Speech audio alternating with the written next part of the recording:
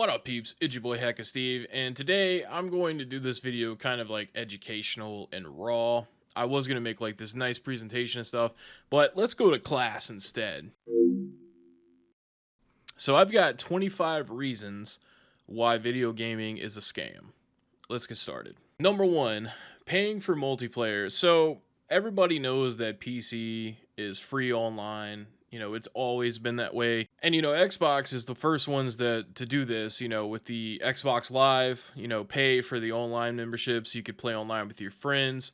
And, I could understand that being like a good thing, except for the fact that most of those games are peer to peer. So you're not even actually connecting to their servers and playing off of their consoles. It's all, for the most part, direct gaming. If you remember Call of Duty back in the day, if the host quit the game, the whole game would pause for a second and it would migrate host. That's because they just hosted off of somebody's console, and then the rest of them pretty much just connect to that guy, and then that's how it worked. But even thinking about, how it is these days, yeah, they give you games and stuff, but like you don't obviously pick the games, and it's not always games that you want, or you might already own those games. So I definitely think that paying for multiplayer is a scam.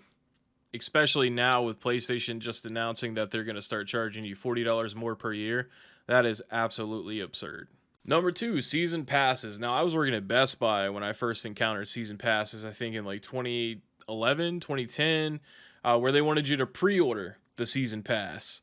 And it was a separate thing from the actual game. It was like $30, and at that time you were just getting like maps and stuff for like Call of Duty, for example. And I remember thinking to myself, like, why would I give you $30 for some maps that I have no idea like what they're gonna be yet? Why would you pay for something like that's almost like a gamble? Like, yeah, I think you guys will do a good job, so here's $30 extra on top of the price of the game to provide me with multiplayer maps after I get after I get tired of messing with the the 10 or 15 that you gave me, if you even get 10 or 15. Number three, battle passes. So I mean, in addition to buying the game, the season pass, paying for the multiplayer, you also are incentivized to buy the battle pass. Now, they do give you some free stuff with the battle pass, but of course they have that right there in a nice little layer, so you could see all the other stuff you could get if you gave them $6 to $15, or hell, some of them are probably $20 now. I think NBA 2K24 is going to have a $20 battle pass, which is insane. Of course, when you think about how gaming used to be back in the day, you would unlock stuff depending on how you beat the game and like what difficulty you did, or like whatever circumstance you had to exceed or complete to be able to get those skins. And now it's just you pay for it and then that's it. Number four, DLC, fake DLC, and skins. So, let's just use Call of Duty as an example, since it's like, the most common game that does this shit. You have games that have DLC where they, add on to the original game. And, typically that's free on some games. Like Left 4 Dead and Left 4 Dead 2 on PC, that was free. They would make new maps, and you would get them, day one. You wouldn't have to pay anything, and you would just have more fun with the game that you bought. But nowadays, they want you to pay, 15, 20, sometimes $30 for additional content in a game. And then what does fake DLC mean? That's like Destiny 2, for example.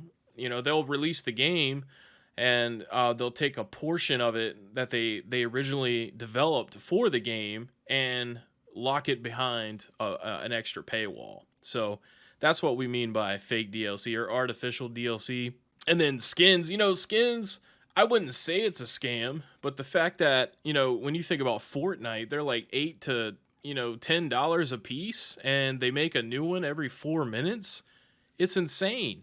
Back in the 360 and PS3 days, you could buy a skin for like $2 or $3. And now, you could get the AK-47 skin on a Call of Duty game, and it's like $15. Depending on how animated or shiny it is, that's ridiculous. Number five, pay to win. So you run into this a lot, with like free-to-play games, or let's say like a game where you have a PvP aspect to it, and, you can pay for additional advantages in the game, such as like, potions or certain guns that have better recoil, or, anything like that. It's shitty that, people with money get an advantage in a freaking video game. At least people that have money and that are willing to spend the money to have the advantage. Number 6, backwards compatibility. So, the PS2 released and it could play PS1 games absolutely no problem at all.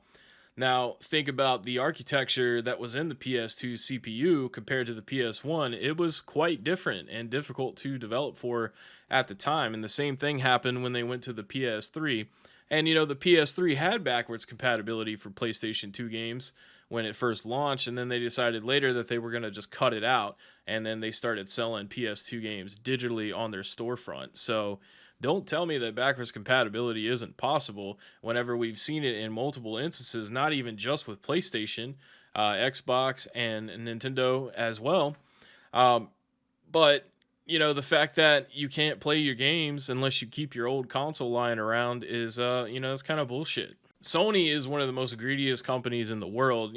Think about the fact that they had the PS Now service, which allowed you to stream the games or whatever. So basically, like, they didn't want to give you backwards compatibility because they wanted you to sign up for their subscription and pay them monthly for the privilege. Number 7, accessories. So you run into this a lot with Nintendo Switch in particular. The fact that one of your Joy-Cons could break and the other one is just fine. You can't just go buy one Joy-Con. They sell them in pairs, so then you have to pay $80, which is absurd. Not to mention the Pro controller is $70. And they do have cheaper options, don't get me wrong, but when it comes to Nintendo hardware, the controllers that they make are light years better than anything that Power A or any other third party could make. Number 8, games releasing unfinished intentionally and fixed later. So I understand that developers have time frames they need to get video games finished. That's set out by the publisher, for example. But if it's not 90% done, then it's not ready to be released. And I don't know if there's like conflict with asking for more time. I mean, some games get delayed all the time. So I don't understand how you can have games come out unfinished unless you intentionally do that to kind of get the income generated and going in. However, it ruins the reputation of the game releasing in that kind of state. And overall, I think it's a worse way to do business. Obviously, think about games back in the day. When games came out on Super Nintendo and Sega Genesis, them things worked. You popped it in, no update needed. It works, and then that's it. You played a game, and then you're done. For the most part. I mean, there were a few exceptions, and there always will be mistakes here and there. But releasing unfinished games intentionally so you can fix them later and get the money rolling in, or like meeting a deadline so you can get in stores before the holidays start, is unprofessional and unacceptable. Number 9, day one patches. So you buy a game, it was released unfinished, and by the time the game rolls out, they do have a patch that can completely fix the game. Well, what about the people that don't have internet? Or what about the people that have slow internet because they don't live in a city? People out in the woods, they might have to wait 2 or 3 days to download that. Hell, I think I just saw there was I think it was Call of Duty. I saw it on a Reddit thread, had like a 100 gigabyte update or something. And this dude was like, man, it's going to take me 3 days to download that. So that's just ridiculous. The fact that they rely on the online connection to provide a good experience to their customers. And for the majority of people, that's not that big of a deal. But imagine you wait for midnight to hit, the game releases so you could play it. And then there's another 30 minutes that you have to wait while the patch downloads and installs. Like, I don't know why this is the standard. You wouldn't go to McDonald's and buy a hamburger with like the bun missing, or like one half of the bun is gone, like the top piece or something. Like, so why does gaming get to do that? Especially like with it being so expensive. I mean, games are $70 now. Number 10, servers unable to handle traffic. So that's ridiculous. Especially like when it comes to games like Madden, NBA, Battlefield, Call of Duty, these games that come out every year that have these massive multiplayer followings. And, how the hell do you not know how to properly run a server for this game? You've been doing it for years. But it seems like almost every year we have this issue. Number 11, separate versions for next generation. Now, I understand that there are technological differences between a next gen video game and a last gen video game console. However, the fact that you would only have certain features in the next gen that aren't in the last gen that have nothing to do with technological advances is bullshit. Think about until this year, Madden 24 and NBA 24 were last gen versions on the PC. However, the last two games have been for PS5 and Xbox Series X. So, what the heck? They use it to incentivize you to buy the new hardware. However, if you have a PC, that's irrelevant. Also, you can't buy the consoles. You know what I'm saying? Like, it's not like you can. Well, I mean, now it's a lot better, but the past couple of years, you couldn't just walk into a GameStop and be like, "Can I get a PS5 console, please?" They look at you and be like, no." Or if they did have one, they would want you to buy this like bundle with it, which is like $800 freaking dollars with a bunch of stuff that you don't want, other than like an extra controller. I'm sure everybody would want that. Number 12, unnecessary sequels. So I'm looking at Overwatch 2 to kind of make this point here. There was a lot of things promised that would happen with Overwatch 2, and that didn't end up being the case. Not really surprised about that. It's not really on a full new game engine or anything like that. It's essentially the same game. They just kind of swapped some moves around for certain characters, took some out and added a couple in. And yeah, it was just like a waste of time. Now, don't get me wrong, that was a free-to-play game. But this happens with paid games too. Number 13, pre-orders. So back when digital gaming wasn't as huge as it is now, pre-ordering a physical copy of a game at your local store was actually a benefit because you wanted to make sure that you had the game as soon as it was released, and they wouldn't necessarily get enough copies for everybody. And, a few years, after that, it started to become a lot easier because digital gaming showed up, and then a majority of people would just buy digital copies. So now you had less traffic going to the store. But still to this day, they try to get you to pre-order stuff when you go out to stores. They even try to get you to pre-order stuff on Xbox Live storefront and PlayStation as well. And it's honestly, it's just ridiculous. And, if you pre-order a game nowadays, there's something wrong with your head. And I mean that with respect, because that the game is probably going to release with problems, and you pre-ordered it anyways because you have something wrong with your head. Number 14, mid-generation upgrades. So with this one, you got the PS4, you got the PS4 Slim, then you got the PS4 Pro, then the PS5 came out. Now we're about to get the PS5 Slim. It's unnecessary. And the thing is a lot of people still buy those consoles, for that slight extra boost that you get from having a new console. And then, a lot of these people, I'd be like, man, why don't you just get a PC? And they say, well, because you got to upgrade it every 3 months.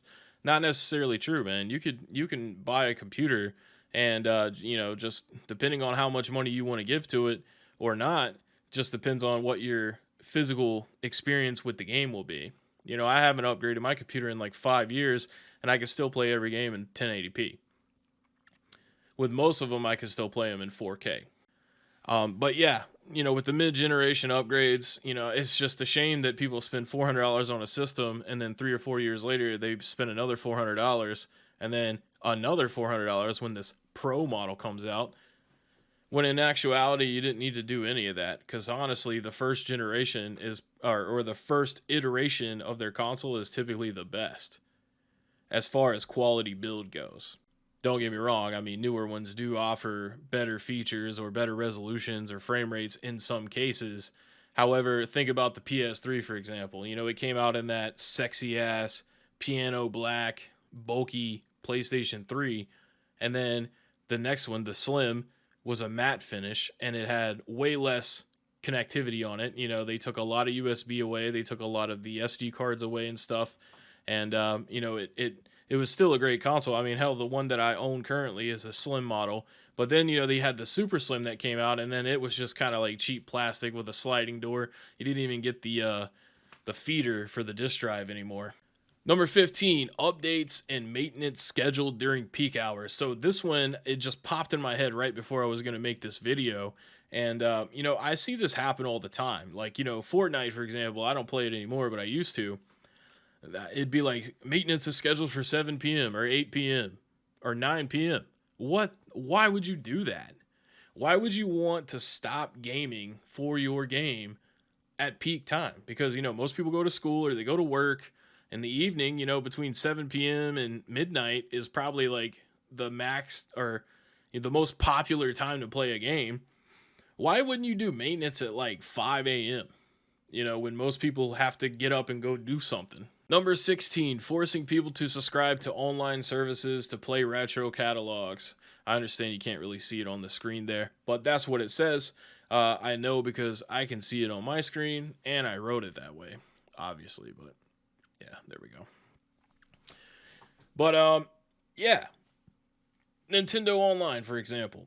I can't go on there and buy Paper Mario for the Nintendo 64, but I can pay them $50 a year to be able to play it. Now, as I've said plenty of times in the past, I don't actually pay $50 a year for that service. I pay $17 because I joined someone's family account on eBay. But I think that's ridiculous, and PlayStation does the same thing.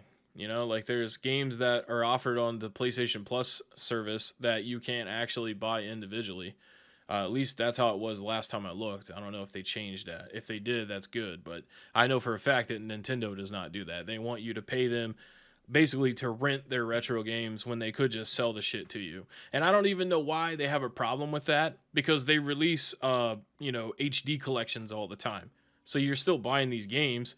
Like, why not just let people have the option to buy it instead of having to be forced into subscribing to your service? I mean, I understand why they do it. They want your money. It's all about money, but still, it's dickish. Number 17, remasters being full price. So, $59.99, $69.99. I'm not talking about remakes, because that's a full, that's a new game. But like remasters where they just kind of throw a better resolution on it and fix a couple bugs and, make the frames a little bit better. There is absolutely no reason that should be $60. And I would almost guarantee that most people that buy remasters don't pay full price for it. They wait until it goes on sale. Number 18, developers backing out of or delaying planned features and game modes. So let's talk about Overwatch 2, for example. The biggest drive behind Overwatch 2 was this story mode that they were going to have in the game. Everybody was super excited to play that. And then a few months back, now, at the time of recording this video, they decided that they're not going to do that anymore. Not that they're going to delay it, but like, it's just not going to be part of the game no more. Which goes back to, the previous reason that I put, it is unnecessary that Overwatch 2 exists. Like, it should just be Overwatch 1. Or like the fact that there's going to be an Arc 2, but not until they make their remaster first of Arc 1, which is absolutely ridiculous because they didn't even fix the first Arc all the way. So how can I trust them to remaster that piece of shit and fix it? They won't. Even think about Halo Infinite. I think that's the first Halo game that ever came out that didn't have the co-op campaign at the launch of the game. They're like, we're going to put that out later and focus more on multiplayer. Well, I don't know if you've played Halo Infinite multiplayer, but it's pretty damn primitive. But don't worry, there's plenty of skins and all that for you to buy. But, it barely is fun, and it barely like innovates the multiplayer. You know what I'm saying? And, I played the Halo Infinite campaign, and like many people, we all thought it was pretty boring and repetitive. And you know why that is? Because all of those campaigns for Halo are boring and repetitive. You know what makes them fun? Having a buddy with you. Number 19, advertising 4K gaming and not delivering. So most games that you can play in 4K resolution are either limited to 30 frames per second, or you can get 60 frames per second, but you're going to have to drop down some of the quality. And then I think that even drops down to like 1440p or 1080p. Or if it's an old game that's been ported to the new console, then yeah, you can get 4K 60 on that. But of course you can. It's old as hell. But that's not how they sold Series X and PS5 to us. No, they wanted us to believe that we were going to get 4K 60 and 4K 120 on our freaking TVs, which honestly is a nightmare in itself because that smooth of a picture on such a large screen does not sound appetizing. However, on PC, you can get as many frames as your computer will allow you to. It's not even that big of a deal on PC and hasn't been for like 20 years. 20. Developers refusing to fix game bugs and glitches so they can make DLC for you to buy instead. Now, Ark is a perfect example of this. That game, I don't even know how that studio is allowed to sell games, especially after that Atlas incident that they had. For many people watching this, they probably have no idea what Atlas is, and that's because it was such a bomb that it was gone super quick. I think you could still buy it though, which is kind of sad, but definitely don't buy that game. Ark is one of those games that I consider the best and worst freaking game ever made. Okay, you can get dinos, you can raise dinos, you can breed dinos, and then you can get knocked out by some dude with a wooden club, and he can basically torture you for as long as he wants to. He can even feed you berries while you're knocked out to keep you alive, so you can't even die. Oh man! But there are a lot of game bugs in that game, and still to this day, when it would rain on the center map, and this will make sense to a few people, but I bet you that sky still flickers on that map whenever it rains in that game. And that has been a glitch for 4 years, at least. Basically, if you can't deal with like flashing lights and stuff, you can't play that map if it rains. And, you see this kind of thing all the time, like, oh yeah, we know there's problems with the game, but we're too busy trying to make this DLC that you can give us $15 or $20 for. We'll get around to it. Or maybe we won't, because by the time we do, it'll be time for you to buy the next version of our game. Number 21, digital games purchased on previous hardware not carrying over to new hardware. Now, there's probably, 40 or 50 games that I own on my PS3 digitally. And that could be PS1 games, PS2 games, PS3 games. And I can't play any of them on the PS5. However, some of them are available to play on PlayStation Plus. And the same thing with Nintendo. There's a crap ton of digital games that I own on previous Nintendo consoles, like the Wii, the Wii U, the DS, 3D, well, not the DS, but the 3DS. And, they're not available. But I'm sure they'll show up eventually on their Nintendo Switch Online service.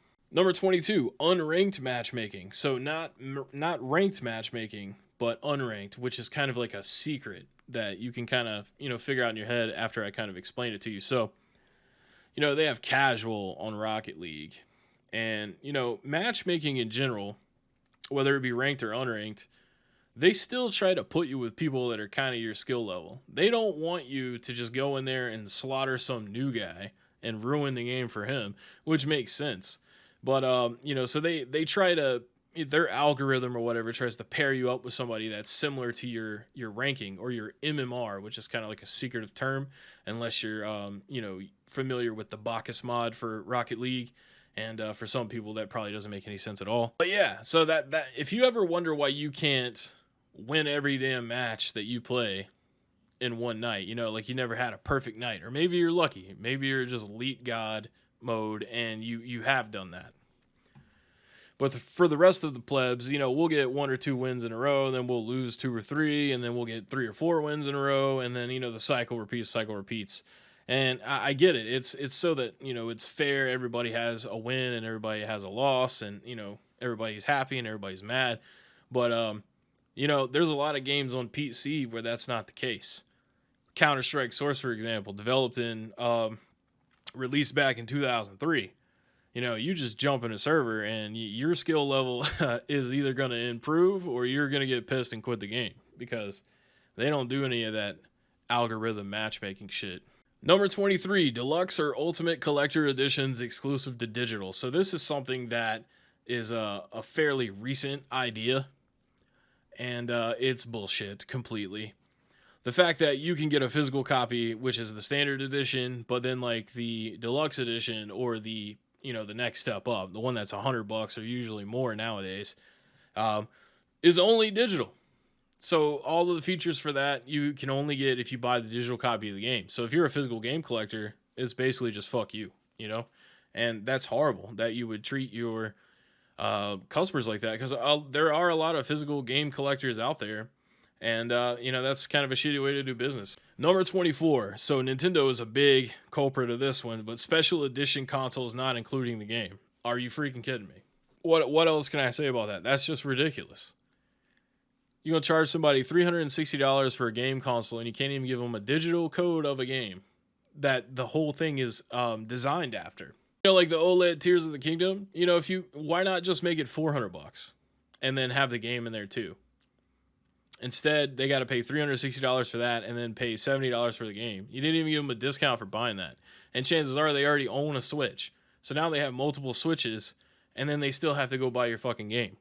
So you're like double dipping and triple dipping on your customers with these consoles. And you've been doing it, Nintendo's been doing it since the DSi and, that era, whatever. Absolutely ridiculous. And the fact that they thought that they could give you a new DSi with like Mario's picture on it and not give you a charger is absurd. Which basically tells me that they know for a fact that the only people buying that is going to either be people that are going to be mad that they have to buy a charger separate, or it's someone that already owns their console and they're double dipping console sales on them. And number 25, the last one on the list, buying reviews to boost sales. So talking about IGN, GameSpot, all of these mainstream sources of information, most of the time they're bought out. They're biased. They're there making these reviews to sell the game. They're not there to give you an honest opinion. They're not there to help the consumer.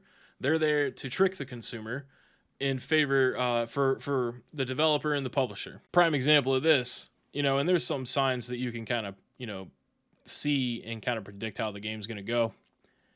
Remember when they released that Grand Theft Auto trilogy a couple years ago? I was so excited for that. And then, they weren't showing a lot of gameplay for that in the trailers and stuff. And that kind of had me worried. And, for good reason, because it was completely unplayable and garbage. One of the worst remasters that I've ever seen. Thankfully, it's a lot better now. However, I have no interest in playing it now. They ruined it for me. But yeah, guys, thanks so much for watching. I feel like I covered almost everything. If there's anything that you can think of that I did not bring up, definitely drop it below, because 25 is a lot, But if there's more than that, we gotta get down to it, man.